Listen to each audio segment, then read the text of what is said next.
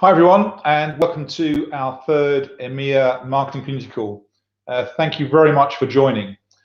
We've got a pretty full agenda today, and it falls to me to just briefly introduce things before getting some of our members of the community and my marketing team to give you an update on some of the exciting and interesting projects that we're working on. So if we can take a look at the agenda, please. As you can see, I'm here to introduce things. Runa's going to talk us through an overview of the Intelligent Demand Program. And as you're aware, this is our application of big data and analytics to driving demand generation in a more informed and accurate way. And we're very lucky to have had some contributions from members of regional teams. So there'll be a fairly lengthy video from Rob Watts in the UK, but we do ask you to pay attention to it because Rob is probably one of the leading exponents of intelligent demand as a program type in our team. And also Julie Serasis from APAC will be showing us what's been happening down there in that region as well. And there'll be a chance to ask a panel questions around the program at that point as well.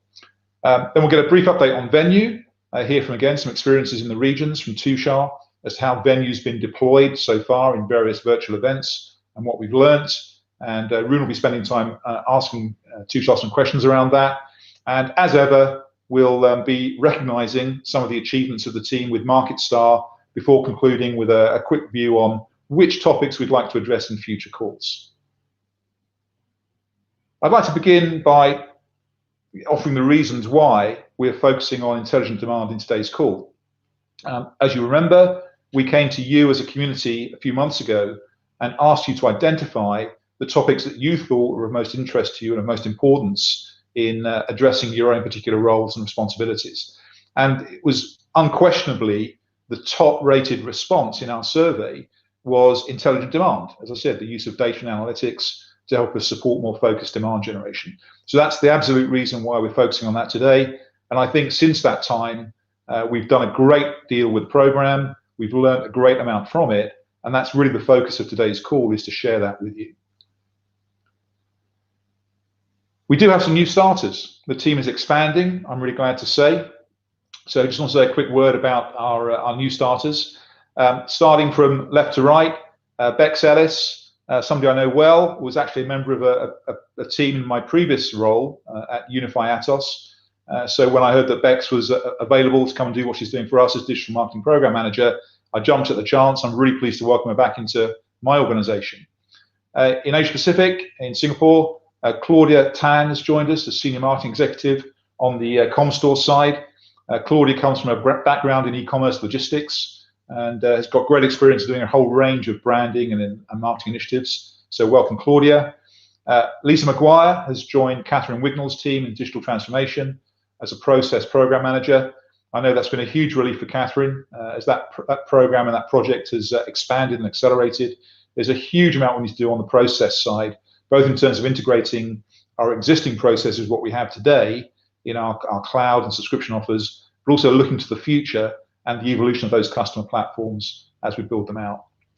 Matt Owen has joined us as Head of Social Media. Again, this is an area that we've had huge pent-up demand to approach in a more planned and structured way to make the very best use of the technology available to us, and Matt's going to be driving that for us. Again, going back to Asia Pac and Singapore, David Lim has joined us as a Regional Assistant Marketing Manager focused on the Westcon portfolio. And again, he comes from a background in distribution in the region, has worked on a whole range of marketing programs. As I said, he'll be working on the Westcon portfolio. And finally, Gareth Menton, again, reverting back to Catherine's team, has joined us as Digital Program Manager. And Gareth has a wealth of experience of digital transformation projects in a range of enterprise types, both in tech and elsewhere, and brings that experience to bear, as I said, on the evolution of our digital platforms as we move forward. So welcome all of you to the team. Looking forward to meeting you when circumstances allow, but certainly looking forward to working with you as well. So with that, I'm going to hand over to Runa, who's going to give us an update on Intelligent Demand as a program before launching into our discussions with some of the team. Hi, Runa. Hi, Paul. Thank you very much. Good morning, everybody. Good to be here again on our Venue platform. So as Paul mentioned, I'm going to talk about intelligent demand and give you a brief introduction to the program. it's really very much a marriage between data and marketing and the teams that are supporting this. And some of you may already have heard about our ID program. You may have actually engaged around a campaign. So as well as the introduction I'm going to give you, I'm really delighted that Rob, be it virtually on video, and Julie are also going to talk directly about their experiences.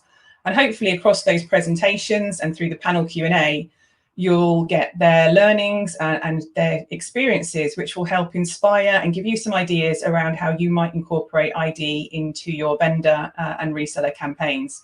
So whether you're sitting in a vendor marketing role or indeed a local marketing role, I'm hopeful and confident that you can see a way for intelligent demand to play a part in your vendor and reseller plans. Okay, so what is intelligent demand? Well, as you can read there, it's a global marketing program which uses data and analytics to inform highly targeted sales and marketing activities with the view that they will drive business growth. Now, the operative words there really are highly targeted. The ID program is not about generating large-scale end-user lists, which we can trawl through with telemarketing or other types of kind of broad brush campaign tactics. It's very much more focused. It's a strategic program and is looking at, as Paul said, our advanced data and analytics capabilities, and really overlaying that with the market intelligence that our teams have around our vendor strengths, around the marketplace, around technology, around our resellers, and using that to try to drill down to very defined sets of data, which identify prospective customers which have a high propensity to buy a particular solution. Now that defined set of data then gives us a very good, as marketeers, a very good base in which to then think about how to apply more targeted sales and marketing activities, which can help work through those potential opportunities that we surface through that data analysis. You know, that's all well and good, but we need to execute well. And you will hear from both Rob and Julie how they're approaching that in their regions. And only in pulling those component parts of the program together can we be really effective in driving that measurable business growth. Okay, so let's take a little step back and just talk about the data that powers ID. Now, I will say at this point that Rob Freezer, who is the program lead from a data perspective, is joining us on the panel Q&A. So if you have any specific data questions that you want to ask, then he's on hand and ready to answer any of those questions. But just to give you a flavour of what's available there, we work with a number of external providers, and this gives us access to really rich end user data. Now, that might be firmographic data, so things like the company profile, revenue information, the industry that the end user company works in, the number of employees it has, but also, and really importantly, technographic data. And that's things like IT spend, their budgets, the products that they've installed, the vendors that they install, and importantly, those that they haven't got installed. It looks at the technology category that the end user sits in. And it allows us to really segment in a very granular way the prospects that we're looking for. On top of that, we are able to combine and merge that with our own POS data. And that enables us then to actually map which resellers, which Westcon resellers have sold into those prospective customers. So not only can we get to a qualified data set of prospects, but we can also see which of our resellers have sold to those prospects, when they've sold to them, what they've sold to them. And that gives us a very, very good in to working with partners or a set of partners to really nurture and work through those opportunities that we surface through that ID data activity. So the data is very rich, but it does require us to apply our market intelligence and really try to get to those qualified data sets. Just in terms of a note on some future developments, the team are continuing improving the data, the automation around how we work the data, the speed in which we can support requests. But we're also looking to do further integration with things like our Sigma database That will give us access to service contracts that we've sold, and also things like serial numbers. So we'll get a much more detailed and granular insights around that buyer journey. So since the program launched at the beginning of this fiscal, we now have an automated request. So if you've thought about the campaign that you want to run, you understand what you want to do, you can now go to an online ID request form, enter your data into there. It will go directly to the data team, and subject to approval of that data request, they will then facilitate the request. Now, the requests can take anything from 4 hours up to 3 days. It really depends on the complexity of that request and the scope of it. So it's important that you factor that in. We do actually have a 2-week lead time from approval in order to enable the team to work through the requests in a timely manner. So make sure it's part of your plan and you're looking at this proactively. If you need any help in terms of trying to qualify or talk through potential opportunities before you get to this stage, then absolutely the team are on hand and can help support you. And I would really encourage that you reach out to them to do that. And then when you get to the point of actually submitting the request, you should really have thought that through and have a well-defined plan. There's Brainshark training available if you need further information on how to do this. You want to see some use cases and examples. And just some information on how to complete the request form. Is pretty straightforward, but like I said, there's Brainshark modules available there. When you get this deck afterwards, those links will take you directly through to the training and the request form. So hopefully you've got everything you need there. Okay, so there's various different types of campaigns that you can run with the ID data.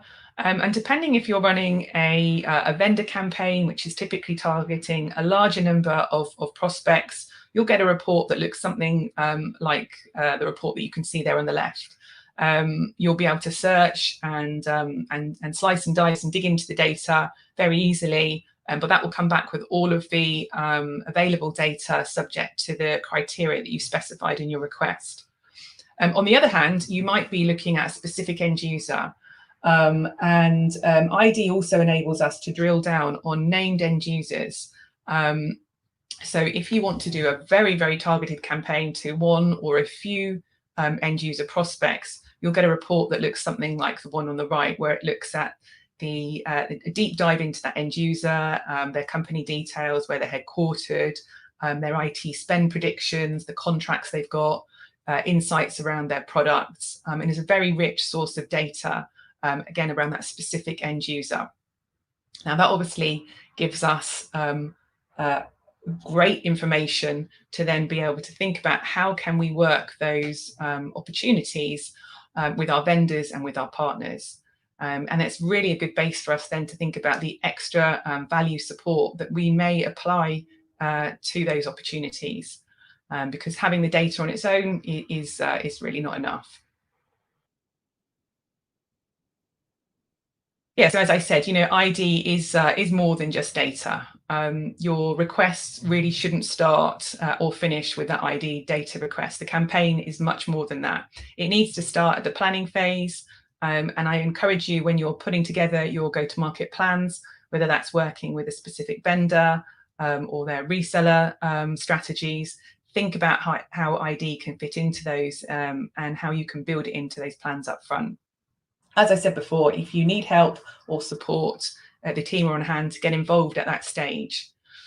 Once you get the data back following the request, it's then time to really think about those targeted sales and marketing campaigns and tactics. There isn't a one-size-fits-all. You'll hear from both Rob and Julie of the various different approaches they've taken. There's definitely been some learnings as they've gone along the way, some things that they found more successful than others. And I'm really pleased that they're able to share that with you today. After that, sorry, could we just pop back to the previous slide? Thanks. So the campaign and opportunity tracking is also critical. Again, you'll hear from Rob and Julie how they're doing that today. Some of that is a little bit manual at the moment, and we are working closely with the team to develop capabilities through SalesView to enable us to be able to track end user opportunities. But in the meantime, there's definitely approaches that you can take to make sure that you track opportunities, and the campaign progress and results. Our team are there to help pull this together and are working on global reports now to help define and show the value and the results from the programme. And I think the final point really is around optimization, and we really want to make sure that we can partner and work together to help build out and continuously develop and improve the programme, and we can only do that together. So I would encourage you to work with Bex and Rob, who are our programme leads, and really work together in terms of how we can continue to learn from each other and improve the programme. Okay, next slide now, please. All right, so final point for me really is around some of the support that we are now providing. So I mentioned Bex, who Paul introduced up front. She is our new digital marketing program manager, and one of the programs she's looking at is ID. She's working very closely with Rob. Rob is the data lead for the program, and between them, they are responsible for the data strategy and servicing those data requests, program content, and building that out to help support you guys in your conversations. They are now running a number of training workshops. We did one at the end of last week with Mariana's team. There's a couple more that we've got booked up with various teams. If you're interested in doing more training and you'd like to dig deeper into the programme, then please get in touch and we'd be more than happy to look at running some sessions with you. And the other thing that Bex is looking at starting up is a focus group. And so if there's anyone on the call today who thinks they'd like to get more involved, put your hand up. We'll be putting the group together. And this is really, as I said, a focus group to look at the strategies, the best practices that we see effective in market, sharing those ideas, building our capabilities, and really with a goal to optimizing the program, working together to do that. So we're really looking forward to getting that started. And as I said, if you're interested, then please reach out to us and we can talk more on that. And finally, as I mentioned, global program reporting. We are now reporting on standardized KPIs across the program, and we'll be looking to continue that as we expand the program to see the value and the results that we believe it can bring. Okay, so a brief introduction there. As Paul mentioned, Rob is actually on holiday today. So he can't be with us on the call, but he has recorded his presentation as a video. It's the full presentation, but I would really encourage you to pay attention and listen to this. Rob has been probably involved with ID more than anybody else in the business or in our marketing community to date. And he has been doing some really effective activity. He's trialed a number of different types of campaigns and has got some really great experience from that kind of planning right through to execution, measurements. And he's going to share some of his experiences, insights today. So at this point, if you could play the video, and I'll be back after that.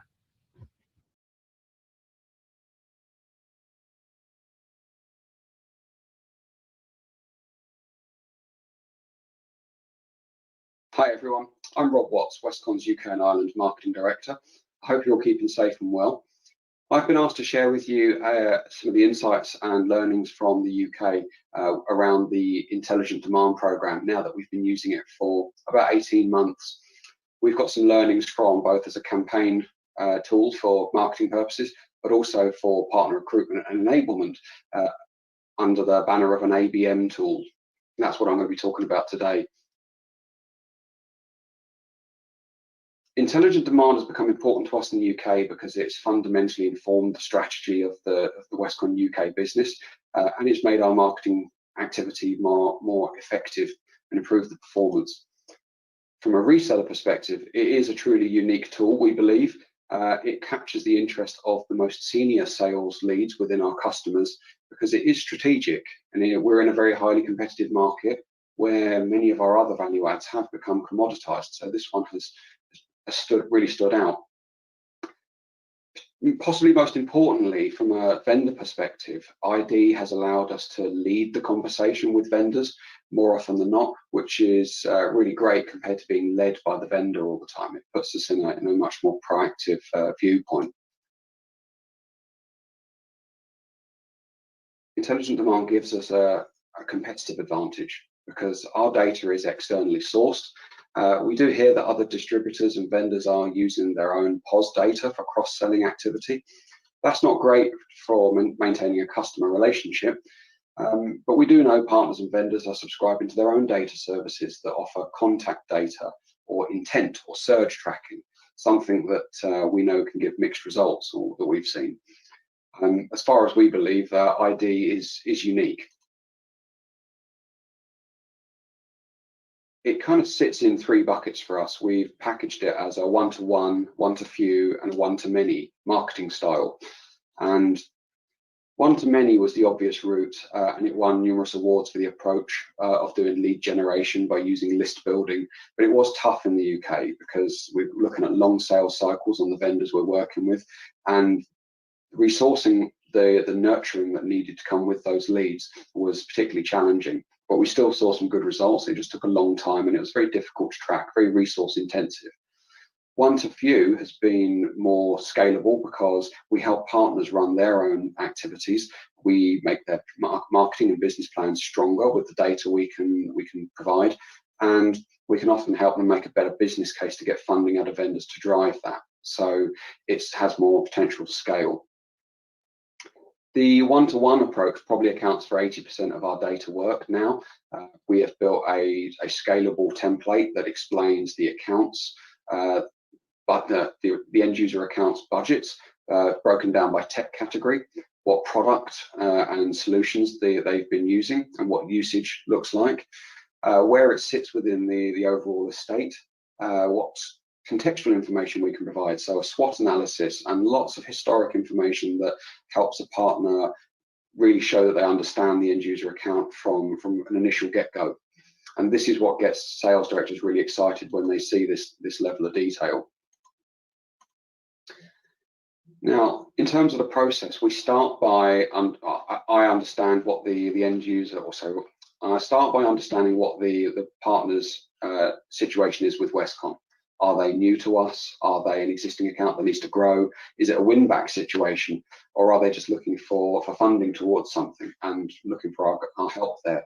Because that will change how we approach it. But we always start with senior stakeholder buy-in. There's no point starting with a conversation with an account manager because you need to use this as a true value add with only your top accounts to really make sure that you're getting full access to all their business and they're getting a wallet share. And also seeing if you need to defend against other distributors trying to take the business from us. So that information is important, and we need to be talking to the right people. But when we talk through some examples, like I'll show you in a moment, we immediately see that the sales directors say we need to be working with their account teams, and they put us in touch initially, usually with a pilot few. And what we'll do is we'll run something like 5 end user reports for each account manager, and then we'll book a consultation service with one of our pre-sales guys.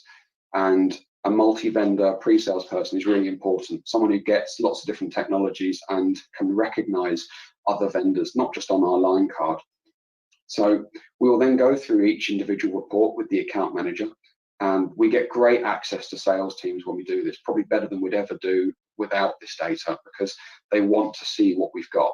So we get really good time with them where we can recommend the key questions they should be asking. We can recommend which product best fits the end user.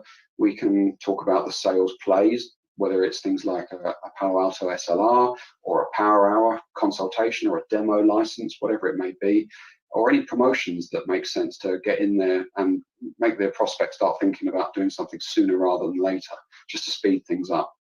So that workshop will have lots of notes taken, and the account manager will take the action to follow up. They will document this and say 30 days from now, I'm going to make sure that we put a call into the account and make sure that the partner has used the data and documenting any feedback they've got. When we pitch this, it's important not just to talk about the data on its own, because the data doesn't really get anyone excited until you start telling them about what they can do with it. So we talk about intelligent demand as a tool that really benefits from having a technical person involved in it. So we have got our pre-sales guys really excited about this service and really got them really involved in it from the ground up, and they see the benefit in it. So now they see the data and they're talking to customers, they really evangelize about all the different products and services that they would recommend. And from there, we then grow the conversation with the partner, talking about actually what's the long-term benefit here. So if we've got a huge renewals business with a partner, saying actually, let's look 12 months out at your renewals business and say, is there more we could be doing with these end users? And how can we put a process in place where you're talking to them and using these reports to build maybe a managed service or more a solution rack, or just simply cross-selling more products to these accounts? And partners really like that approach because, again, it makes a strategic and a proper partner rather than just someone who's providing an Excel spreadsheet. And from there, we go to the results stage. Now, the first few months of doing this, it was very difficult because it's a very long-term activity. So it's really important to use SalesView for tracking the activity. We use a marketing campaign code on all activities, and any opportunities that come from that, make sure that they've also got a marketing campaign code on so that you can record them over long periods, and it's visible to the account managers as well. But that interim space between the initial activity and finding an opportunity, we're building huge amounts of information, not really doing anything with it. So we started putting it into just a simple spreadsheet, but where we started scoring what stage we're at and what potential indirect benefit we're seeing. So not just close won opportunities. So the color chart you've got there describes everything from just simply being able to have a conversation with a partner and maybe onboard them, because there's no ROI at that stage. It's just the first step. Up to finding and closing an opportunity with the service, but also actually have we won a customer from another distributor, because you can argue that the entire ROI of that account has been attributed back to this service, because often this is the primary reason that partners see us as the better distributor to be working with. So we have had cases where multi-million-dollar accounts have said, we're going to move from exclusive to Westcon in the UK, and because of this service, we now have a run rate data service with ABM reports being provided to their sales team on request. So lots of positive feedback over the years, which has been, we're trying to log. Some of it's very direct and some of it's very specific, some of it's more generic, but vendors and partners alike have certainly seen benefit in it. The biggest factor I consider here is worth considering is the fact that some of our major accounts often come under attack from other distributors, and this service has meant that we've been able to defend against those attacks, and we've retained tens of millions of dollars worth of business that's been certainly at risk from other distributors. So this has really carried some weight with us in the UK. I would recommend that as marketing guys, you do consider some factors here. The technical team, as I mentioned, are really important to this, and getting them involved in looking at the data and understanding what it means is really important.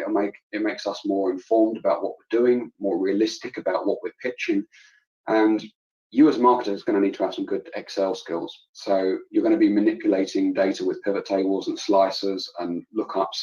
So it makes sense to maybe do that together. So we will often workshop a data with a technical guy, because sometimes you don't know what you don't know. There's a lot of different vendors in these products that we don't, or in these reports that we don't sell, and by having them involved, we often become stronger marketers as a result. So it's I'd say technical teams and working the Excel with them are two really important factors to consider. But also do your preparation. If you're going to go and see a vendor or a partner and you want to impress them and you want to get something from them, then just check out their website and find a case study from one of their existing customers. Do a report with intelligent demand on one of those customers, and then present it to them. It might not be perfect. The quality is usually there. It might not be complete in terms of data, but often the reseller really wants to see it, and they will dig into the details with us, and it gives us great access to the right people within the partner. But when we do that and say, this is what we could be doing with just one account manager, think about what we could be doing with your entire sales team, they start to say, okay, what do we need to do to work with you on a longer term basis? And that's when we say, well, we'd like to understand what else in your portfolio Westcon could be providing. And if you're doing marketing campaigns or any kind of activity with a vendor, then I think it's really good to get out your calculator basically and start to estimate what what is the return on this? It makes us much more relevant when we as a marketing team are putting forward a plan of activity that has got some forecasted ROI. We can do that by looking at the initial net new customer value. What's an entry level sale? What does it look like? What are the timescales it takes? What's the close and win rate?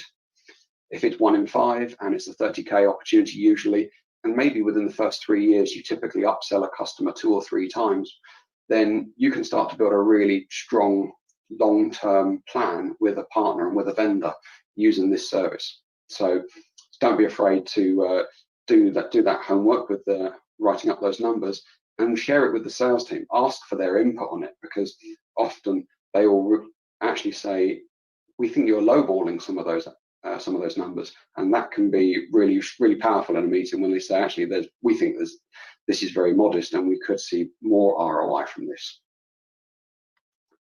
So that's kind of what we've been doing in the UK. I hope that's given you some ideas, and you may want to reach out to me and ask some questions. By all means, please do.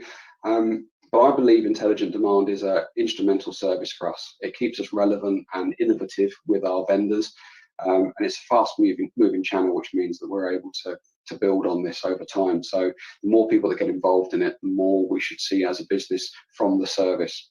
So make the most of it. Do engage your sales teams and your technical teams in it from the get-go, so that they can understand it rather than just providing them with data. And think creatively, share your learnings, and shout about the results. I'd love to hear it. Thanks very much, everyone. Hope you have a great rest of the session.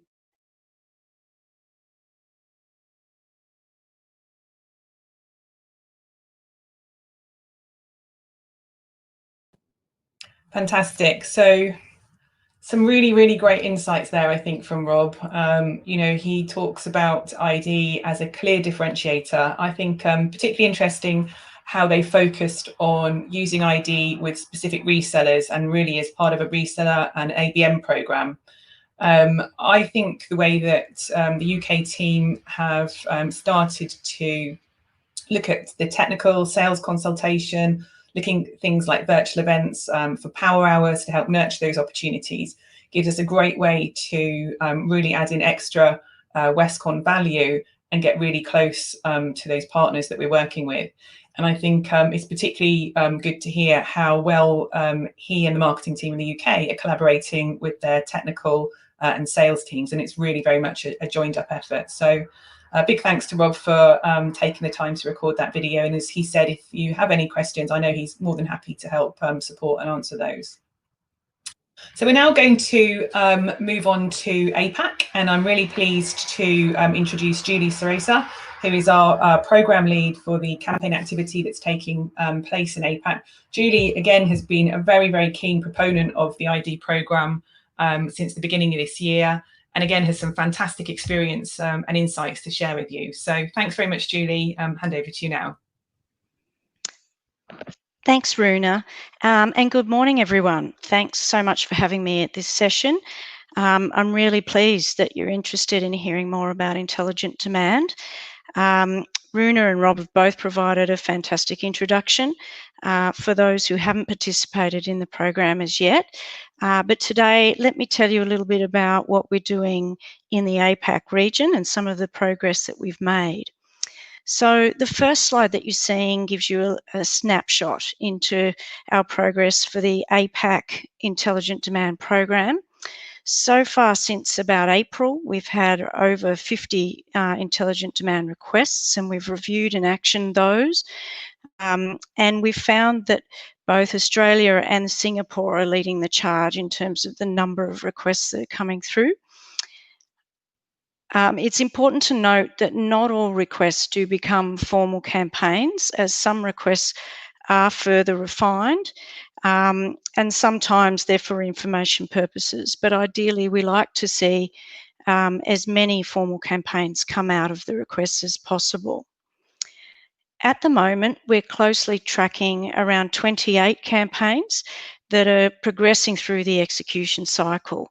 So that's a pretty manual exercise today, but I think it's exciting to hear that in EMEA we're looking at automating and reporting on these things a bit better, and we're certainly interested in that in doing that as well. So perhaps we'll jump to the next slide. So what I've done here is given you a sense of the various phases of the execution cycle for intelligent demand. If we start at the top left, you'll see a planning phase there. So that's where Rob's done the analysis, and we've sent that out to the initiators of the campaign. They've got a pretty clear sense of the marketing approach that they want to take. They've started to investigate funding and the resourcing that they're going to need for the campaign, and they've got a pretty good idea of the metrics and KPIs that they want to set as well at this stage. We currently have 12 campaigns in this phase of the execution cycle, and they include initiatives with Palo Alto, Cisco, and we have some global accounts as well as Microsoft on the top left there. The next phase is where what I'm calling ready to execute. So that's where we have our funding already obtained. We know where our resources are and what we're going to be doing with them. We have detailed materials ready, things like call scripts, the offer we want to use, any webinars that we want to invite end users or customers to. And that might also include briefing to third-party agencies if we choose to use them. So at the moment, we have 7 campaigns at this stage and this phase of the execution cycle, and that includes Cisco Meraki, Cisco WebEx, Pulse Secure, AWS, Beyond Trust, quite a few there. The third phase is what I'm calling in progress. So that's where the campaign's kicked off. You know, they're starting to provide some progress updates for us so that we get a sense of how things are going, and we're getting some results on leads generated. We have 7 campaigns at this stage, and that includes Solar Winds in Australia, Tenable, Forescout, McAfee in Singapore, Cisco Secure in Australia, and AWS ANZ, and I think we've got Palo Alto thrown in there in Singapore as well. And finally, we then hope that all of that work has been completed and we've actually finished our campaign. The results have been determined and based on the KPIs and the metrics that the team has set at the beginning, and that they've got some clear learnings and they can comment on those learnings and share that with the group. And we have a couple of campaigns that we've completed. One was for Menlo Security in Australia, and the other was for Cisco Meraki, and that was across Australia, the Philippines, and Indonesia. So what was interesting about those 2 campaigns is, although we did complete them, what we found was it was pretty tough going as they were executed in May during the sort of height of the COVID-19 lockdown period in the APAC region. So it was hard, but I think we learned some lessons from that, and that's been fed back into the process.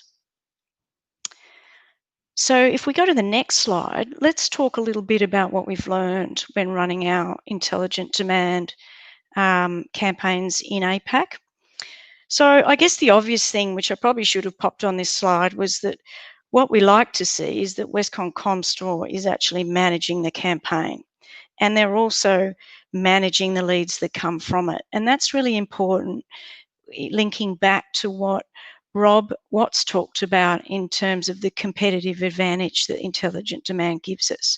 If we give these things away to a vendor, then we're really not benefiting and showing our worth as a distributor with an understanding of targeted marketing. So now that we've understood that we want to manage it, we want to drive it, and we want to ensure that the leads that are coming out of it are going somewhere, some of the key things I would say in terms of how to be successful would be, first of all, to be targeted. It's very easy to ask for the world. I think what we try and encourage is that people think specifically about what it is that they're wanting to focus on. So the planning is critical for success. You know, think about your target market, your segment or your customer type that you really want to focus on, and also plan out your marketing approach, how you're going to fund it, where the resources to do the campaign are coming from. All of those things are really important. The more specific you can be, the more refined the data will be. Secondly, be creative. I guess one of the key learnings we've had in APAC is the standard approach to lead generation, such as cold calling and EDMs, is often less effective since COVID-19. So that requires us to be a bit more creative in our thinking. So I'm all for brainstorming some new ideas, and that's why we try and meet in APAC across initiators to talk through what works, what doesn't. The next suggestion is to be clear. We've had mixed results with both the use of third-party marketing agencies and the use of internal resources when executing campaigns. I think briefing campaigns and into those, whether they're internal or external resources, is really important because they really need to understand the outcomes that you expect in order to give you the results that you're looking for. And finally, be flexible. In this market, the way it is with COVID-19, and lead gen, does have an extra layer of complexity. It's really important to, be flexible as the market changes. Some of the tactics that we've used in the past worked really well then, but maybe they don't work so well now, and they've lost some of their cut through. I think webinars still stand up, but there was a time when people were feeling a little bit webinared out. So it's okay to pivot and change things up in your campaign if you feel it's needed. Let's jump to the next slide. So let's deep dive a little bit into the type of intelligent demand campaigns that we've seen in the APAC region. And this is just through looking at the types of requests we're getting through. So this is not orchestrated by us at all, but we've come up with 6 main campaign types that we think can benefit from ID analysis, but also what people seem to be thinking about when they're positioning a new campaign. So the first is brand awareness. So that's great if you've got a new vendor in your market, or perhaps they're launching a significant new product line that they want to tell end users or even partners about. And we had this in Australia with Menlo Security. The one that I mentioned was completed earlier. That was quite a new vendor in the market, so it was an opportunity to make some noise. The second is displacement. So this is one of our more popular campaign types, and that's where we're focusing on competitor offers and products. And we'll talk about an example of that later around displacing Symantec and McAfee with Cisco Security. The third type is expansion. And that the objective there is to attract new customers or reach into new markets. And we've had a couple of good examples of that so far. We had SolarWinds in Australia. That was new to that market, and also they really wanted to educate customers more about SolarWinds. And we're also starting to move into Malaysia, which is a new market for us with Palo Alto.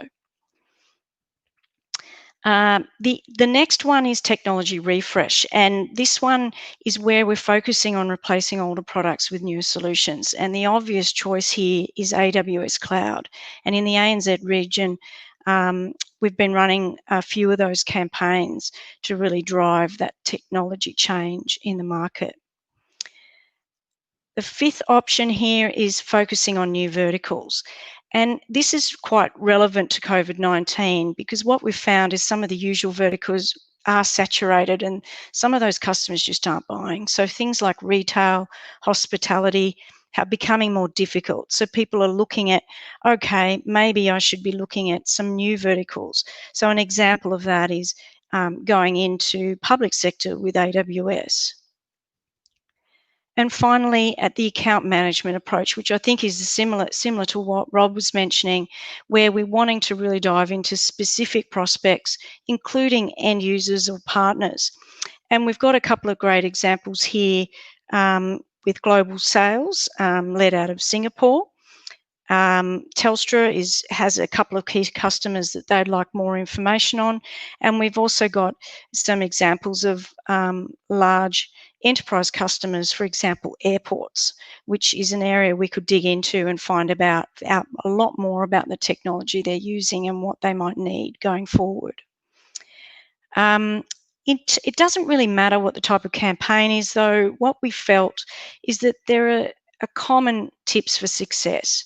So on the left-hand side there, you'll see obviously great engagement with your vendor in trying to weasel a bit of funding out of them doesn't hurt either. And to be aligned on the approach that you want to take. You want to be taking your vendor with you on this journey. Being sure who we're targeting. What is it we're really trying to achieve with this campaign? What are we offering them? What is the product, the promotion, the price? How are we wanting to contact them? What's the method that's preferred? Is it a digital campaign? Are we going to go old school and do some cold calling? And is the resource for that going to be in-house or a third party? And how do we engage those resources really well? Another big question that often comes up is, what do we define as a lead? So what is a qualified lead? And is it the BANT method? Is it something else? And I think that's really important to understand. And then finally, it's things like who is actually following up this lead once we get it, and what is the process to do that effectively. Ideally, we like to see that that's done within Westcon Comstore so that we have some control over the leads that are generated and how quickly we're getting back to those end users or prospects. And then finally, reporting our results to the vendor. That's critical to keep them interested in seeing the benefits of intelligent demand. On the next slide, I've given an example of a displacement campaign we ran in Australia. I mentioned it was basically displacing Symantec and McAfee with Cisco Security. And the reason I pulled this one out is it's one of our most popular campaign types. And the key is really taking a targeted approach to identifying the products and the competitors that you want to displace and upsell another product in its place. So focusing on the differentiators or features that your product has that the competitor lacks. Is there a situation where your competitor isn't focusing on a particular market or vertical or customer segment that you could capitalize on? Can you be really specific on the customer type and the size of that customer and the products? And that helps Rob really drill down on the data for you and make it more manageable for when you're executing your campaign. And that's particularly relevant if you're going to try and do it in-house with existing resource. You want the list to be as small as you can get it. And then finally, what are the exact products and offers that you'd want to sell in?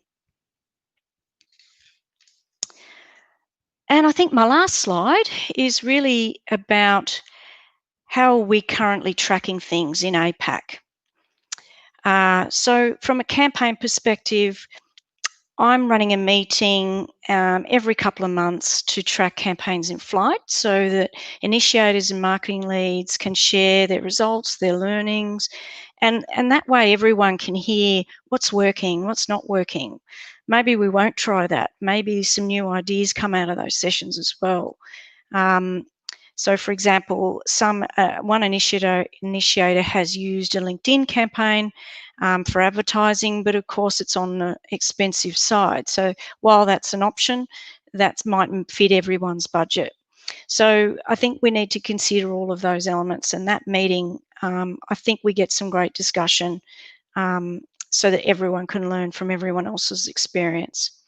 We do that by filling in a standard template, and that collects a whole heap of information about the campaign. So you can see those in the boxes there. There's a bit of admin, obviously, who's initiating it, who's your marketing lead, the start and end date of your campaign, your objective and your description of the campaign, what are your key activities that you want to achieve, and most importantly, how are you going to measure your success? What are the KPIs and metrics showing target versus actual that you want to get to say, yes, this campaign was successful. And we also include a little box for learnings and commentary. So I guess to close, in APAC, we don't feel we have the answer, but we feel we're definitely on the journey. And we think it's best to be on the journey together so that we can identify best practice and hopefully get to optimal results for all of us to drive more effective and more successful targeted marketing campaigns. Thanks, Runa. Thanks, Julie. Thanks so much for that. Really appreciate you taking us through that. And I think, again, very interesting to see how you're using ID as a differentiator and the really wide variety of vendors that you're working with on those various campaigns. So thanks so much for that. We're now going to move to a Q&A session. So I know that a number of questions have come through the chat box. I'm going to invite Julie back in to help with the Q&A, and also Rob, who has very graciously got up super early. He's based out in the east coast of the US and has joined us on the call today. So we've got a number of questions come through. Paul, are you going to, are you joining? Yeah, I'm joining in. Here I am. Right. Right, there you go. So I think we've touched on a few of the answers as the questions have come in anyway, but just to clarify, first question, I'll go from top to bottom in the comments box. What vendors can we target with the program? And Rob, you answer that from a data perspective, and then Julie, perhaps from an experience viewpoint.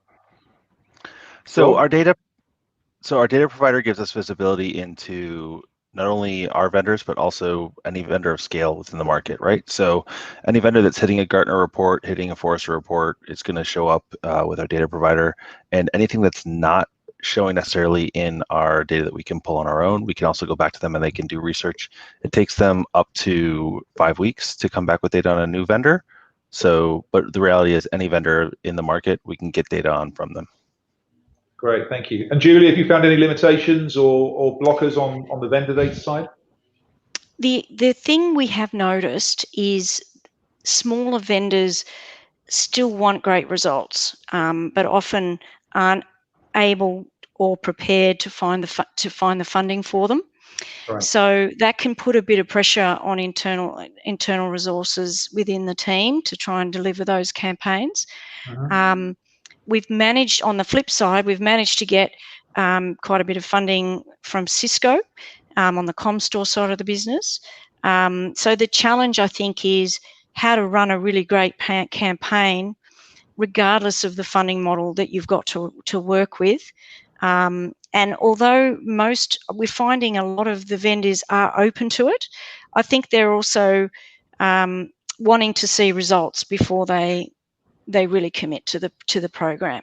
Yeah, so it's less a limitation of the data and more about the vendor size and ability to fund, really. Yeah. Exactly. Okay.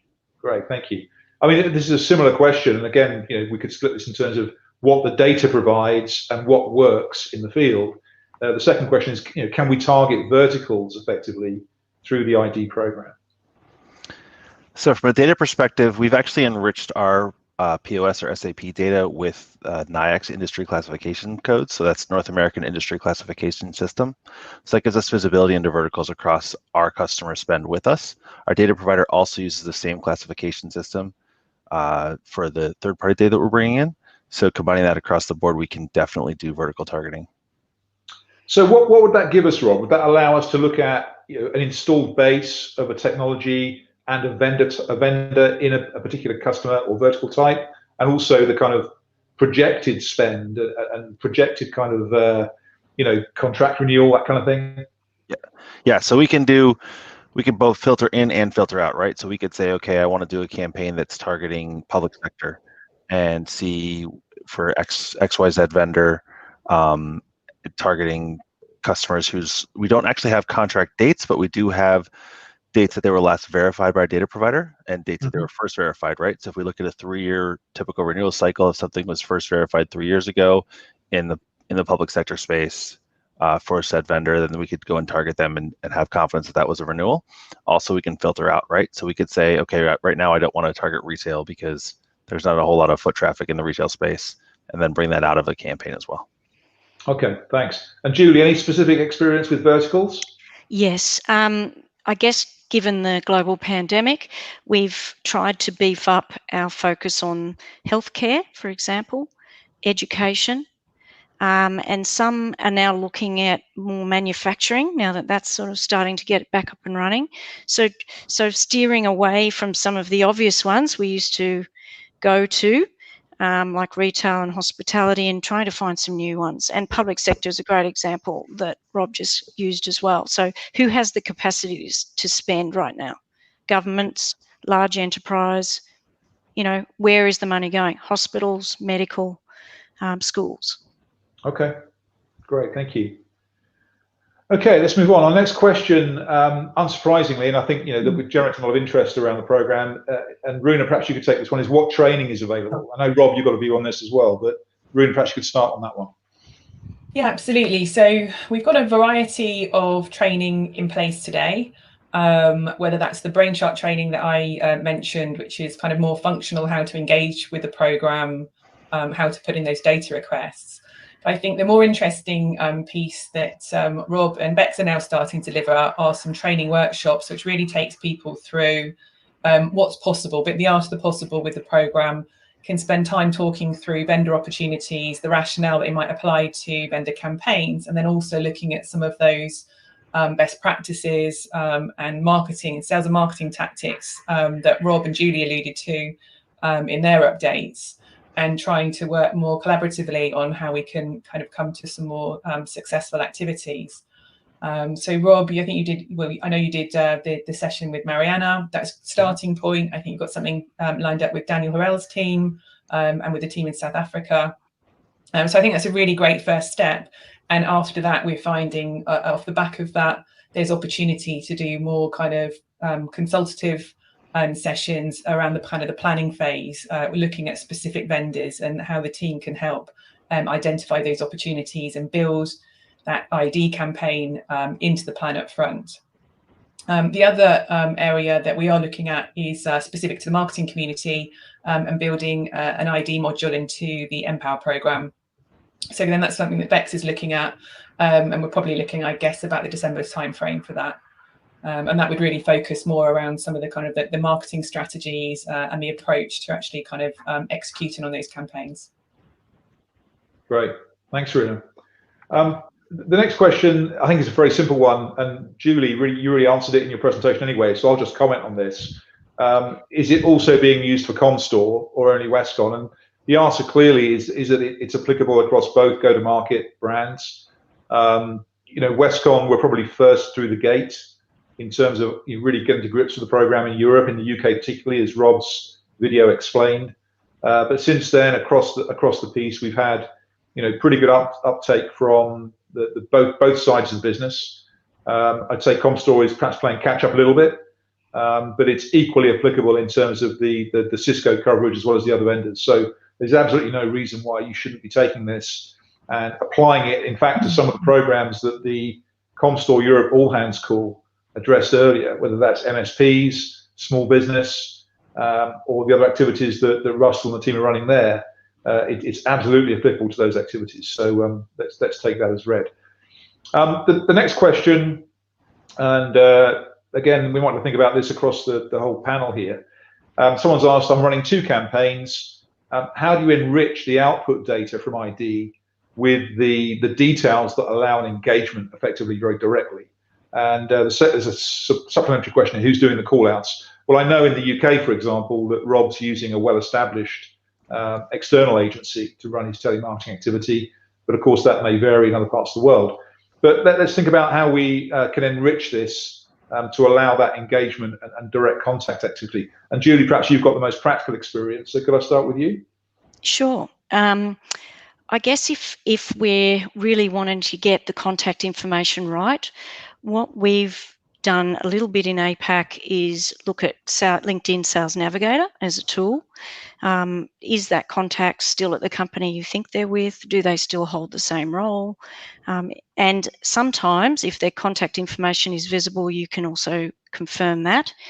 If not, we've also subscribed to a product or a subscription called Lusha, or Lucia, depending on how you pronounce it.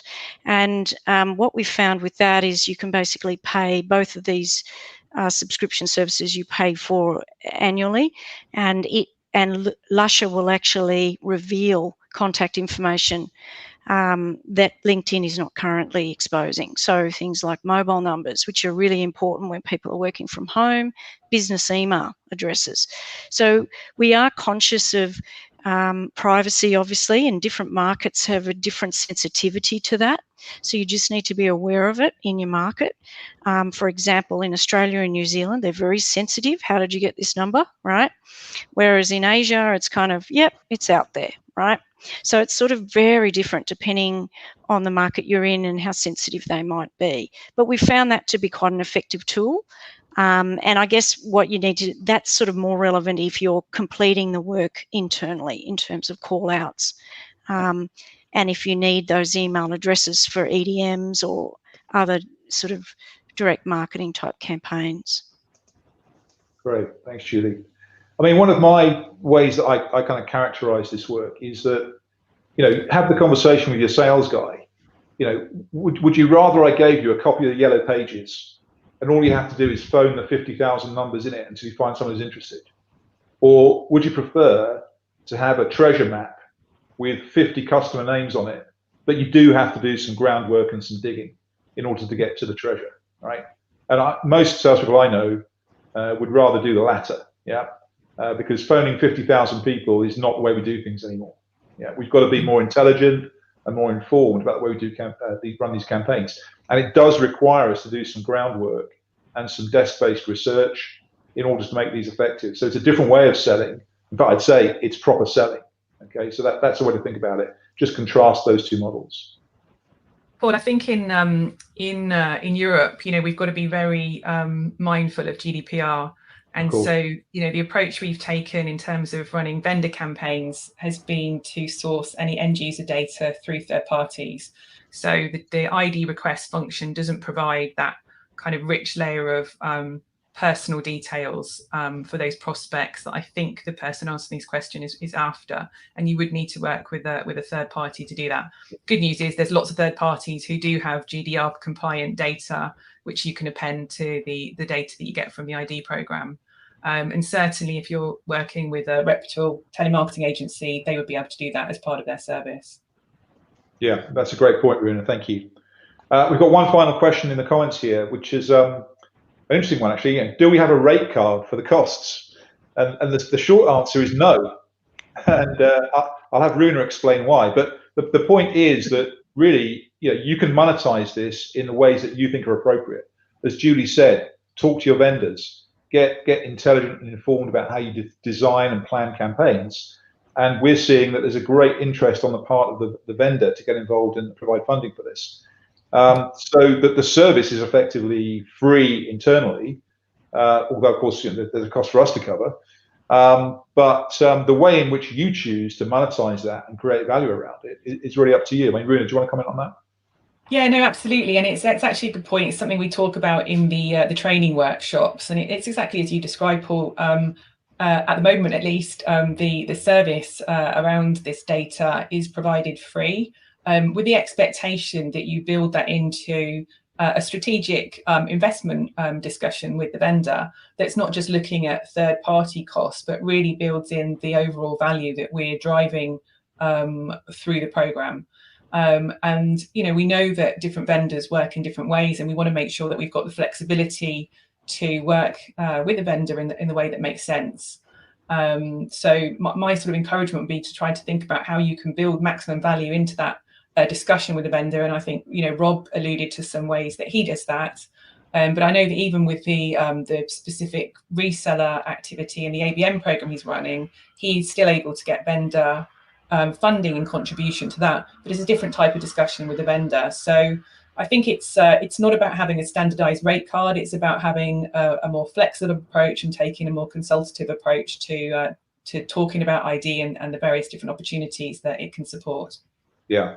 And the important thing is, don't mistake this for some kind of list brokerage service, right? That is the exact opposite of what this is.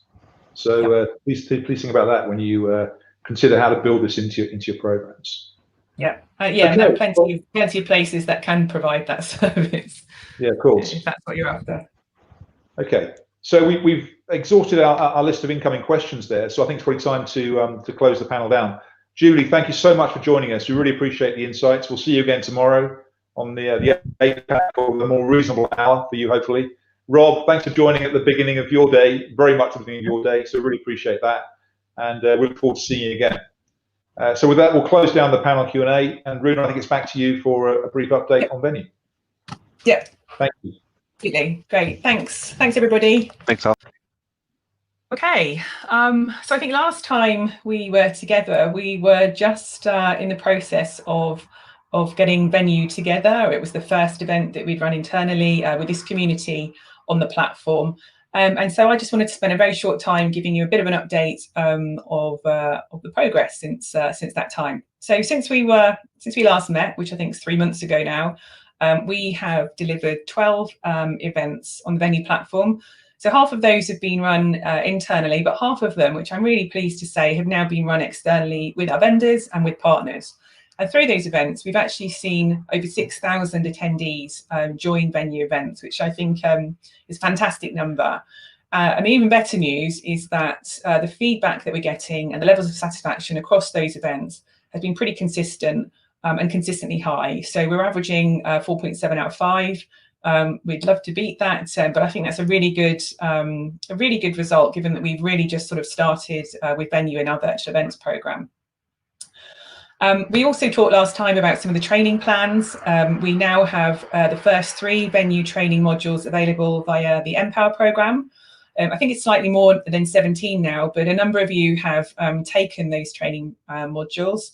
And they'll take you through, all the best practices around that events management life cycle, from planning, the preparation that goes into producing an event, running the event, and also, really importantly, the best ways to follow up on the broad data set that you get from running a digital event. It also gives you a really good opportunity to familiarise yourself with Venue, the platform, and the capabilities it has.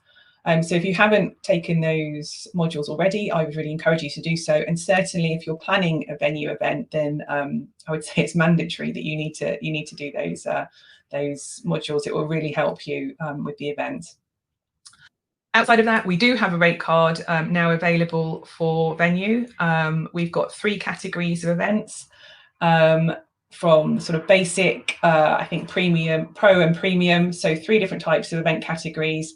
And they're really grouped on the kind of complexity and scope and scale of the event that you're looking to run. We've done some competitive research, and the prices are extremely competitive when you compare them to similar virtual event solutions in the marketplace. Bex has all the details of that rate card, so if you are looking at planning any virtual events and need to build that into your vendor planning discussions, then please do reach out. We're still working on some additional things. The Event Wizard, which is a tool that will help you set up and build virtual events very quickly with some pre-populated and approved templates, is coming very soon. We're working on an event toolkit, which will pull together a range of marketing assets to help drive and run virtual events. And we also have a couple of more training courses coming up as well. So thanks for everybody who has embraced and engaged with the platform so far. Yeah, if anyone else is thinking about shouldn't I run an event, I would encourage you to get in touch. Yeah, and we look forward to supporting you there. Okay, so that's the Venue update. We're now going to move to a community interview, and I'm really delighted to introduce Tushar and to have Tushar joining us. Now, I've known Tushar for a number of years, and I think every time I speak to Tushar at any point over that time, he and his team have always been involved in running an event, whether that's a big exhibition or a reseller event or the number of end user events that they drive. There are always events going on, and they're always busy doing that. Of course, most of these have been physical in-person events until earlier this year. And I'm really pleased that Tushar and the team didn't really pause to take a breath, but went straight into embracing and adopting virtual events and are now running their events on Venue platform. So we thought it was a really good opportunity to speak to Tushar and to hear from him about his experiences with virtual events. So thanks, Tushar. Good to see you here today. Same here. Thank you for giving this opportunity. No, you're very welcome. So first up, just wanted to sort of ask you how you're using virtual events to support your marketing goals. If you'd like to talk to us a little bit about that. Sure. So Runa, just like you mentioned, as a part of our overall marketing strategy, we have been doing a lot of events to create awareness, to do demand generation across the board of vendors. Yeah. And also, since we have marketing as a service, so we have been doing a lot of end user events as well to generate demand. So when the situation around COVID-19 started emerging, one quick concern was, will we be able to do these events in the new normal, in the new situations that we are facing today? And being able to do these events virtually has really been that blessing for us, because I can confidently say that today we are able to do exactly what, or even in a better way, what we were doing before the pandemic actually started. So we've been doing a lot of events virtually, and they have really helped us keep the engagement going, not only in terms of being able to do the trainings to the partners, but also in being able to understand the pulse of the channel, to understand the evolving needs of the partners. I guess you have also joined us during a couple of these events, and the questions that come in from the partners are not only technical, they are not only presentation related. They are a lot around what can we do in terms of managing our finances during the current economic situation, around credit. So these virtual events, they have given us a big platform to continue that overall engagement with our partners. Yeah, great, thanks. And I can absolutely agree with you. I think the events that I've attended, it's been really interesting to see some of the partner feedback and some of the questions and the comments that in many cases are related to the presentations that are being delivered, but also go much deeper than that.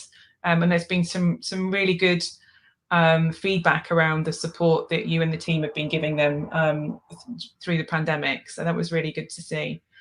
So let's just kind of drill down on that. And I know you've run a number of virtual events over the last few months. Could you talk to us a little bit more about the types of events that you've run so far this year? Sure. So Runa, when we started working on our virtual events, one thing we had in mind was that we understood that every distributor, every vendor out there is going to be doing webinars. So it was very important to do something a little bit different to keep that engagement and to drive that mind share from the partners. So we came up with this concept of our virtual Edge Summits. So we do the virtual Edge Summit with a particular partner, with a particular vendor. So we have done them for Cisco, for Palo Alto, for Avaya, and a whole range of vendors. The idea is to do something different. So we start with an overview of what we have to offer to our partners in terms of support during the pandemic. So we talk a lot about marketing as a service. We talk about intelligent demand. We have Paul, we have Steve, who's our MD. They talk about these areas which can support the partners. So it's all very relevant content. We also get in a lot of questions from the partners. So generally, we form a panel, just like we did during the community call today. We get those questions answered. We then have subject matter experts. So this is the beauty of doing things virtually. You don't have that constraint of only having your local presenters, present during an event. You can have people from across the globe. So we do have subject matter experts joining in from the central team, from the vendor, giving out good content. And also we try to, keep the engagement high, because it's very easy for people to log in and then to disconnect. Everybody gets a call. Everybody gets busy with their day-to-day work. So we have, some live entertainment. We have a magician come in, do mind reading, or we have motivational speakers. And we also always try to do a live quiz. And I think that's the most interesting part, where if you have 100 people attending your event and you can see, okay, around 80 or 85% of them are actually, participating in that quiz live. That gives you that happiness at the end of doing an event, that people really receive the content well. Yeah, and I think, I mean, again, speaking from sort of first-hand experience of attending your events, that variety of content in keeping people engaged, and it's nice to see how many partners are still there right at the end with the quiz and very enthusiastic and participating in that. So the events you've run have been sort of mainly single vendor events. I know that you've got another event in the pipeline, which is a bit larger scale. Could you talk to us about the next phase of virtual events that you've got planning?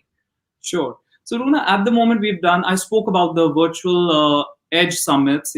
Other than that, we've also done some security advisory panel with Cyber Reason. We have done Bring Your Kids webinar with Palo Alto. So a couple of different things. We've done the triathlon, but we wanted to take this engagement to the next level. It's very important to make our vendors, know that fact that we are we are a digital first company, and we are ready to continue our engagement in terms of our digital activities. So the next phase of it is the big Imagine event. So we planned for a one-day event, a cross-vendor event, but we got such overwhelming response from our partners that it's now become a two-day event. So it's going to be happening on the 10th and 11th of November. We're going to also, as a part of the event, we are looking at hosting an end user panel. So we're going to get some end users from the Middle East and the executives from our key sponsors, do a nice panel where they can talk about their testimonials and their user experiences. And also we are looking at keeping the engagement high through some live quiz, through some polling. So it's going to be a lot of good content. That's going to be shared during the event. Great. So, well, good luck with the preparation for the event. I know that you guys are all working hard for the Imagine event. So, you've talked across quite a broad range of virtual events which you've run this year. What would you say have been the main learnings that you and the team have developed as you've gone through? Sure.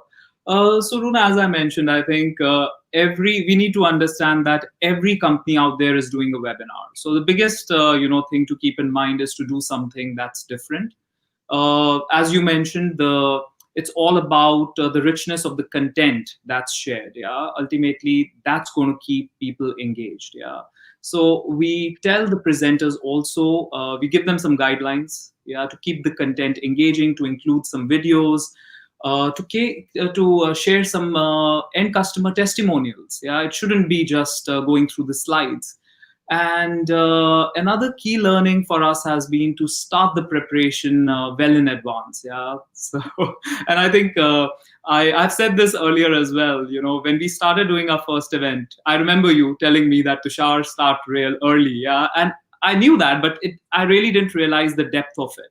It's only when we started doing things virtually that we realized that it requires a little more planning than a live event, because you still have people right in front of you. You still have control over things. With virtual events, you are coordinating with a large number of departments. If you're planning to have a variety of presenters and speakers, there's a lot of coordination that's involved. So planning, well in advance, even in terms of the content that is shared.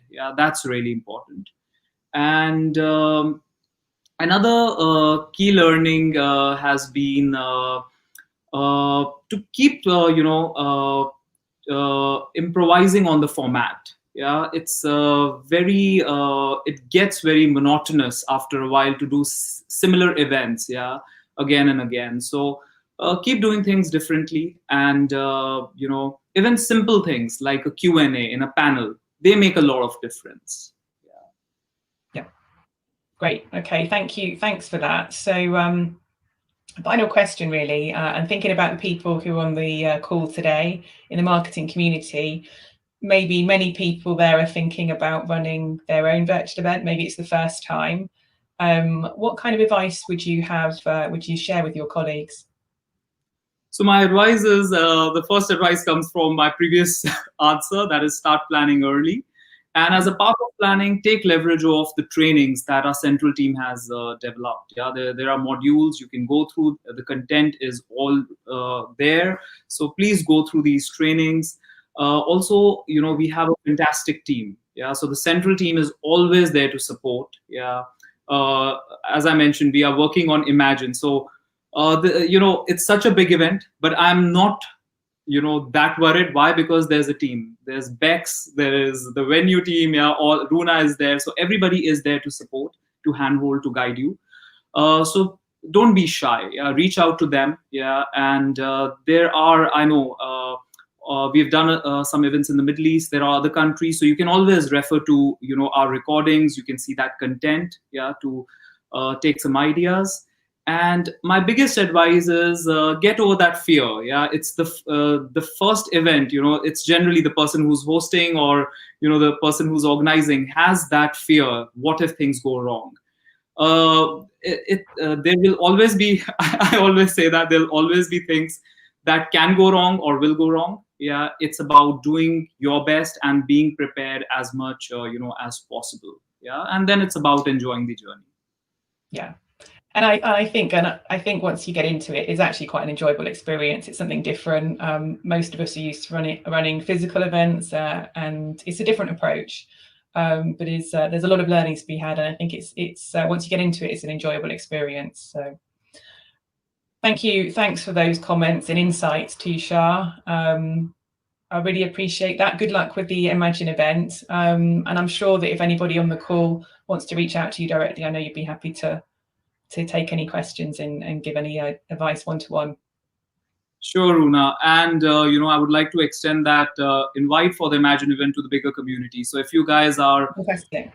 Yeah, so if you guys want to experience how, to host an event, we have already done smaller events. So this is going to be our biggest event ever. So please join us on the 10th and 11th. I will share the invite with the community once it's ready. Yeah. Thank you all. Brilliant. Thanks so much, Tushar. Thank you very much. Paul, I think it's back over to you. Oh, no, sorry. Just before we finish, we thought we'd take this opportunity to ask one last question, a very simple question. But if you can answer the question directly, we will see the answer live. So based on what you've heard today, some of the events that you've heard about and your current plans, we just want to check if you're currently planning a virtual event. So simple yes or no, and we should be able to see the answers live on screen.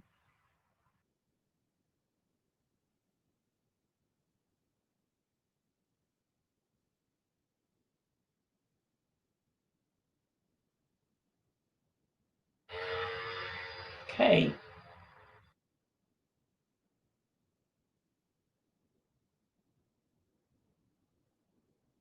See that to build. Oh, that's good.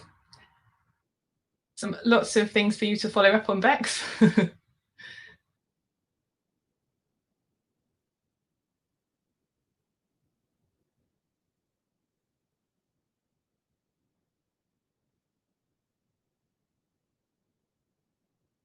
if there's any more votes to come through.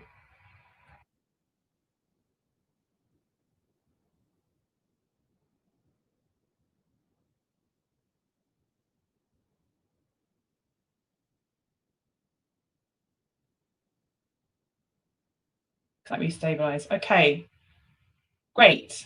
Well, that's really encouraging to see. So over 60% of those that answered are planning an event. I think that's 20.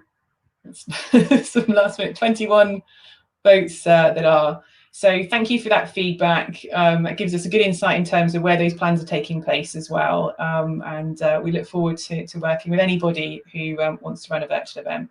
So thank you very much. And I think now, Paul, I can hand back to you. Yeah, great. Thank you, Runa, and thanks everyone for voting. Thanks also to Shah for your contribution today. You're still here. I'm looking forward to presenting at the Imagine event in November.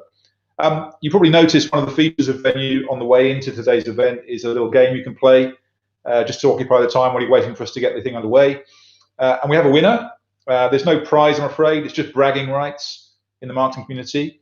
But I'm pleased to announce that today our winner in the game is... it'll take a little while to reveal itself. And I must admit, when I saw this name pop up in the chat, I wasn't entirely surprised. I know this person to be an avid quiz and games freak.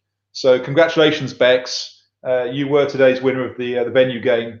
And as I said, you get the bragging rights for the next quarter. Moving on, let's just talk about Market Star.